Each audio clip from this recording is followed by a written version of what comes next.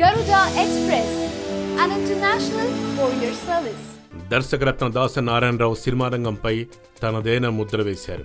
ఆయన బహుముఖ ప్రజ్ఞాశాలి.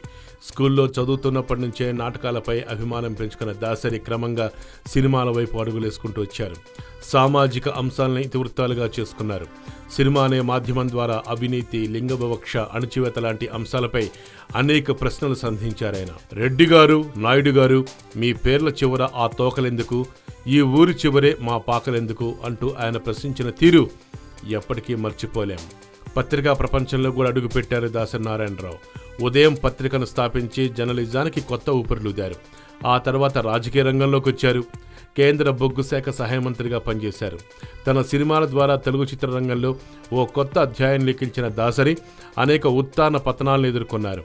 అయినప్పటికీ తనదైన శైలిని, సామాజిక సమస్యలపై పోరాటాన్ని ఆపలేదు. ఆశాజ్యోతి, ఆస్కా ఎమ్మెల్యే, రామ్ అవతార్ లాంటి చిత్రాలతో బాలీవుడ్లోనూ అడుగుపెట్టారు. బాలీవుడ్ హీరో రాజేష్ ఖన్నాను విలక్షణమైన పాత్రలో చూపించారు దాసరి. మాటల పాటల రచయితగాను మెప్పించారు. గుడిసెలోనే ఉంది గుడి అంటూ సాగే పాటను దాసరి కలం పదునుకు ఓ మచ్చుతునగ్గా చెప్పవచ్చు. ఒసే రాములమ్మ, అమ్మ రాజీనామా, మామ్మగారు లాంటి ఎన్నో అద్భుతమైన చిత్రాలను తెరకెక్కించారు. ఎమ్మెల్యే ఏడుకొండ లాంటి చిత్రాలతో సమకాలీన రాజకీయాలపై వ్యంగ్యాస్త్రం సంధించారు. ఆయన చివరి చిత్రం ఎర్రబస్సు. ఒసే రాములమ్మ చిత్రం అప్పట్లో సంచలనమే సృష్టించింది.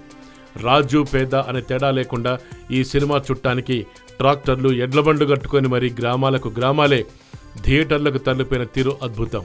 తెలుగు సినిమా పురోగతికి అవిశ్రాంతంగా కృషి చేసిన శ్రామికుడు దాసరి నారాయణరావు. సమాజంలో సమస్యలపై సినిమాల ద్వారా బాణాలు సంధించిన సైనికుడైన, మాటలతో మంచి బోధించిన మార్గదర్శకుడు. ఓ దాసరన్నా, నీ లోటు పూడ్చలేనిదన్నా.